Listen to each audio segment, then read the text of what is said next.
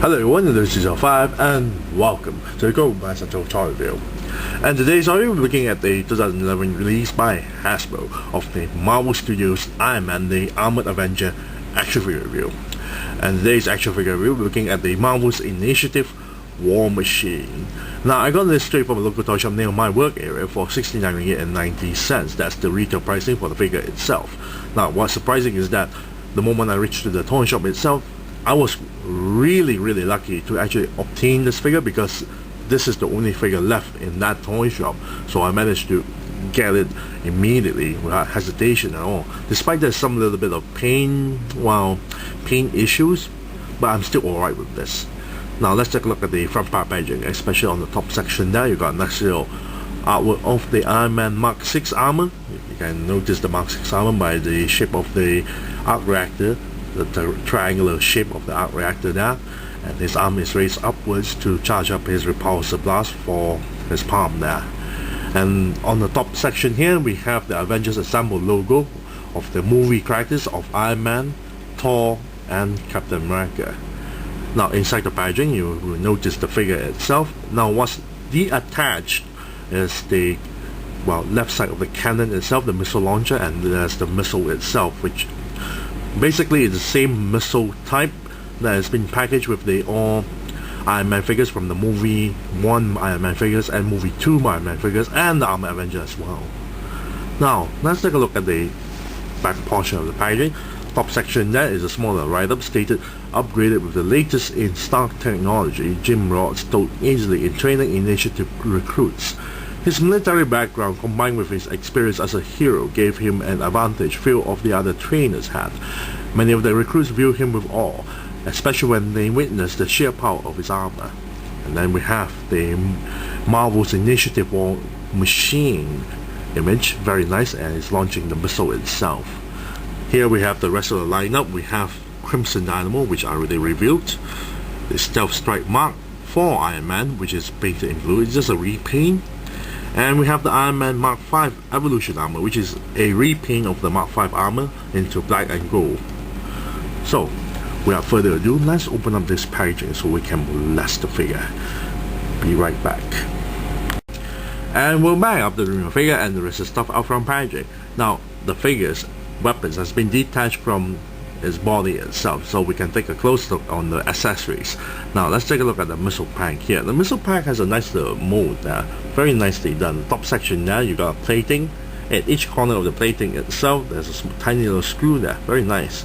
And you notice there's just two slits that is actually popping up from the plating, that indicating the light effect.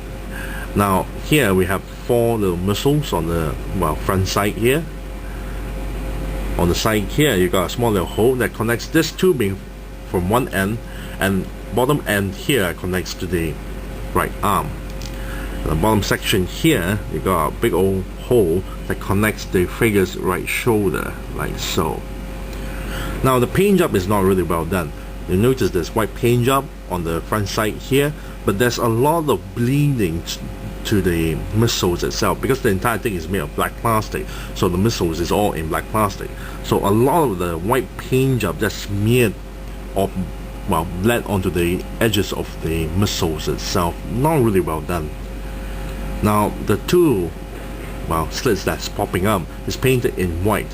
Now what they are trying to do is that the two white paint job there is supposed to be the lighting, and the green paint job is supposed to be the glow of the lighting. Problem is, unlike what's shown at the back of the packaging, the two white stripes are supposed to glow individually. That means each of this white stripe has, the surrounding white stripe has been painted with the green paint job. This one is just sprayed onto it and then painted with two white stripes, which is not really well done, as you can see there. If you bring it up close, it looks really not well done at all. They spray it in the middle and then it covers this much portion of the missile pack. Not really well done at all with the paint job. I like the smaller missile pack, I mean the mold. The paint job, however, is not well done. Then we have the missile launcher, and the missile launcher is nothing that special, as you can see that you got the muzzle, the barrel, and then you got the back end here There's a button on the top to launch the missile. Here you got a small little hole to connect this tubing, and the end of the tubing connects to the left arm. And bottom section here, as you can see, this is supposed to connect to the left shoulder, like so. Now, it comes with a missile. As you can see, this is the same missile that's been released for Movie 1 Iron Man figures, Movie 2 Iron Man figures, and the Armored Avenger Iron Man figures. Why is it they keep on recycling this is beyond me. Now, this is made of a clear green translucent plastic because they wanted to do the glowing effect even for the missile itself. I assume this is plasma. Now, it looks like a cotton bud. Tell me, does this not look like a cotton bud? A glowing, radiated cotton bud. Now, you load the missile like so. As you can see, you take a close look at this portion here, and you push the missile in, you also push the barrel in as well. Now the missile is loaded. After you hear the click, the button is on the top. Press the button, launch the missile. Now for the missile launcher, the paint job is not really well done. Now the barrel is painted in white, but they didn't actually paint it all the way through. You can see the black lining there because the entire thing is made of black plastic. Here they've also painted in white paint job, but you can see there's a lot of black linings here at the edges that's not painted at all. Really poor paint job. And if that's not bad enough, the white paint job actually bled onto the muzzle itself, as you can see here. On the other side, there's no bleeding. The other side bled until this point here. Really poor paint job.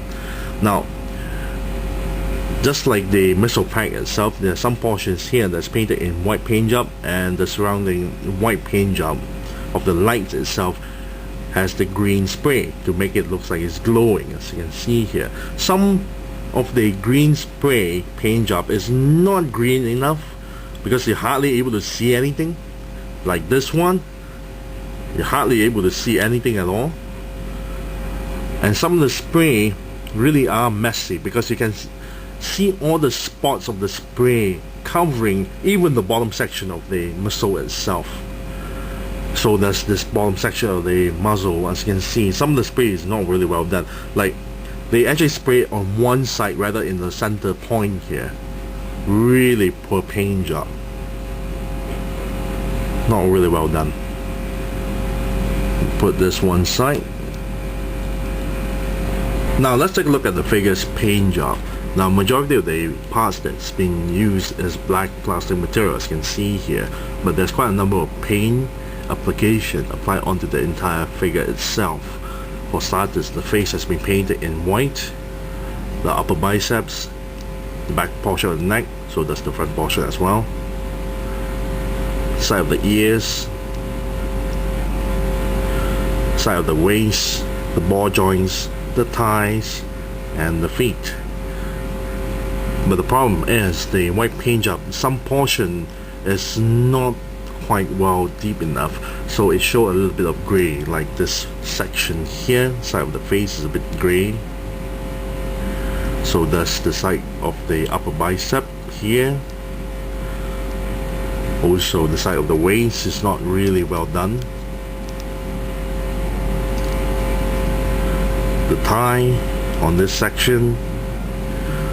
Also the feet here, this portion is a bit more brighter in white, this portion here is a bit more gray. Also there's quite a number of paint cracks on this section of the forehead and the side of the face here, and paint smudges found here, as you can see.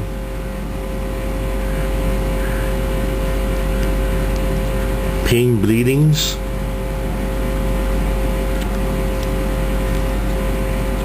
As you can see in the black portion of the neck as well, there's a lot of bleeding that bled to the black portion of the plastic material. It's not really well done, but some portion of the details of the eyes is nicely painted. The black linings are painted, the eyes are in green, and the pupils are painted in white. Very nice. The torso, as you can see in the front portion here, it looks a bit more metallic, so that's the shoulder pads here. You can tell the difference in the back portion of the torso. This is more in black, in plastic, it's not painted. And this looks more metallic. The repulsor palm, of course, is painted in white, but you can see the spray paint job, the green paint job, is not really well applied onto the palm itself. If you compare to the back portion of the packaging itself, it's not really well painted at all. Very sloppy paint job. So does the forearms here. All the lightings and the green spray paint job and the white spray paint job is not really well done if you compare the back portion of the packaging here. So it's quite sloppy paint job here. Other than that, the figure is actually not bad if you look at it at a distance, but if you bring it up close, there's quite a number of sloppy paint jobs. Now let's take a look at the figure's mold. The mold for the entire figure is all new stuff. It's very nicely done, especially on the head. The head is very nicely done. It looks very sleek because the cheeks here goes inwards. Very nice to make the chin, the lower chin here, very pointy. Very nicely done. I really like the details there, and the plating of the armors is also quite nicely done, as you can see. Very nice. You will also notice they actually use rivets, metallic rivets, to apply onto the shoulder pads here. Very nice. And you can see more details on the ties, all the wirings. Very nicely done. The lower section of the legs, you have fins on the sides. Very nice. Bottom section of the boots here, you got the thrusters. Very detailed stuff. Got the repulsor palm, nicely sculpted. One side of the hand here, the right side hand, is an open hand, and the left side of the hand is an enclosed fist, and you cannot see any repulsor palm there. Very nicely done. The forearms weapon is quite nice, the armor and the weapons itself. The bottom section here is the hole where you connect the tubings to the weapons. Very nice. Let's take a look at the figure's articulation. The neck joint is a bit loose, as you can see here, very loose, but it can pivot upwards, downwards, and turn 360 degrees. Shoulders here is articulated, it can go down or up. Now the shoulder pads here is also articulated, it can close down and up. Shoulder joints here can turn 360 degrees and lift the arm this far only because it's being hindered by the shoulder pads. Upper bicep here can turn 360 degrees. Double jointed elbow that bend this far. And also the wrist joint here is on a hinge joint, so you can pivot the hands inwards but cannot go outwards because it's being hindered by the forearm armor, and turn 360 degrees like so. Torso here cannot pivot forward but can pivot back and turn 360 degrees. Very nice. And this two section here is actually articulated. You can actually turn it upwards like so, so you won't hinder the leg articulation if you want to post the guy. So it has a ball joint here that can turn 360 degrees, but you can lift the legs this high and move forward this high. Swivel ties that turn 360 degrees. Very nice.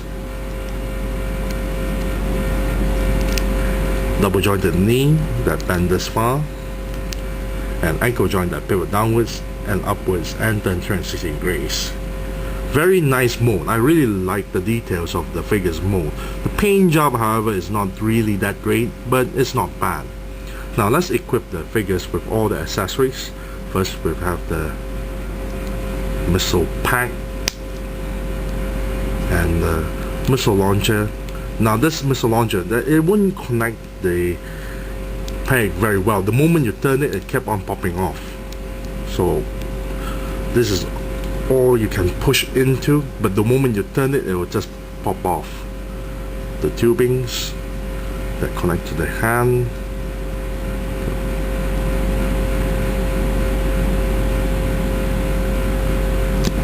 Very nice. With the tubing that connect to the hand to the weapons, you have limited articulation. And then load the missile. Very nice. Overall, the figure is actually not bad. It actually looks very nice with the mold here, and I really like the design of it. But the paint job could be better. I really wish that the effect of the glow is not that sloppy with the paint job. As you can see there, it's not really well done. It's quite sloppy. But the articulation of the figure is quite superb. I really wish that the shoulder mounted missile launcher is not so easily popped out the moment you turn it. It's quite frustrating at times. The tubings sometimes will pop off by its own if you move the arms to whichever pose that you want to. Overall, the figure is actually not bad. If I'm gonna give a rating of it, I still give it a nice 8 out of 10 for the Marvel's Initiative War Machine. And I thank you all for watching. This is Lucy05 and I'm signing off.